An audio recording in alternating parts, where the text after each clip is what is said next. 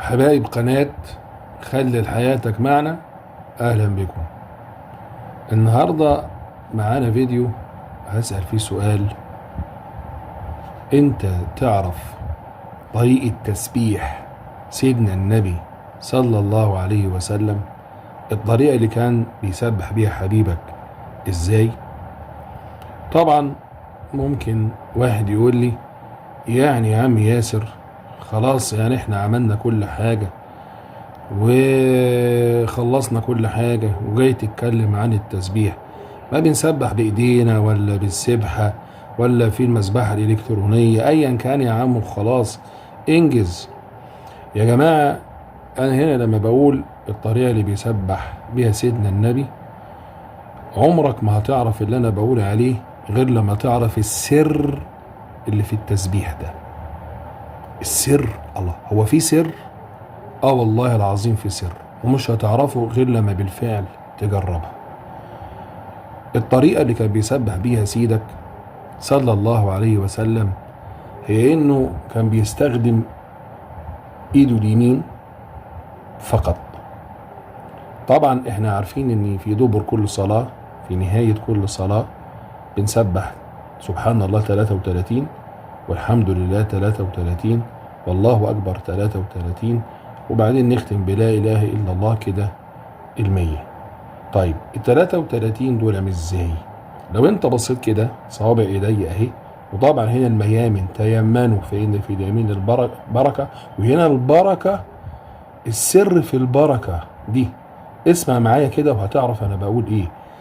انا عندي هنا الصباع ده، طبعا اسامي الصوابع اعتقد الناس عارفاها: الخنصر والبنصر والوسطى والسبابة والابهام. الصبع الاولاني ده، بص كده معايا كده، انا هقول سبحان الله، وهنا في عندي 3 عقل سبحان الله اهي كده، سبحان الله سبحان الله سبحان الله سبحان الله سبحان الله سبحان الله.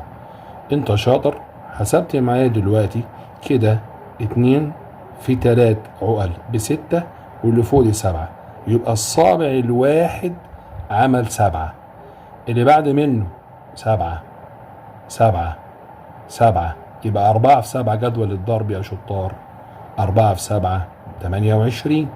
طيب هروح لآخر صابع اللي هو الإبهام دون، تمام، اللي فوق ده سبحان الله، وهنا هستخدم عقلتين بس، العقلتين سبحان الله سبحان الله سبحان الله سبحان الله كده 4، واللي فوق كده 5، يبقى أنت قلت هنا 28 و5 33، يبقى هتلاقي نفسك انت بتقول 7 في 4 ب28 و5 33، تمام.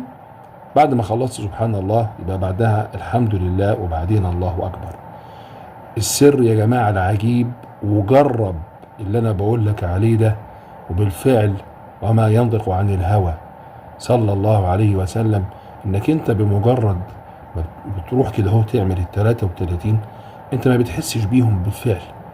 يعني ممكن لو انت جبت السبحة العادية اللي احنا بنمسكها بايدينا او المسبحة الالكترونية عشان تعمل 100، لا بتاخد وقت كده، انت مش هتعرف. جرب وشوف، وهتلاقي نفسك هتتعود عليها مرة 2 3، هتبقى بالنسبة لك سهلة وبسيطة. دي سنة حبيبك صلى الله عليه وسلم. وشوف البركة والسر اللي انا بقول لك عليه في العدد اللي ممكن تعمله بيه لو انت استخدمت الطريقة دي. بحبكم في الله، كل سنة وانتم طيبين، سلام الله عليكم ورحمته وبركاته.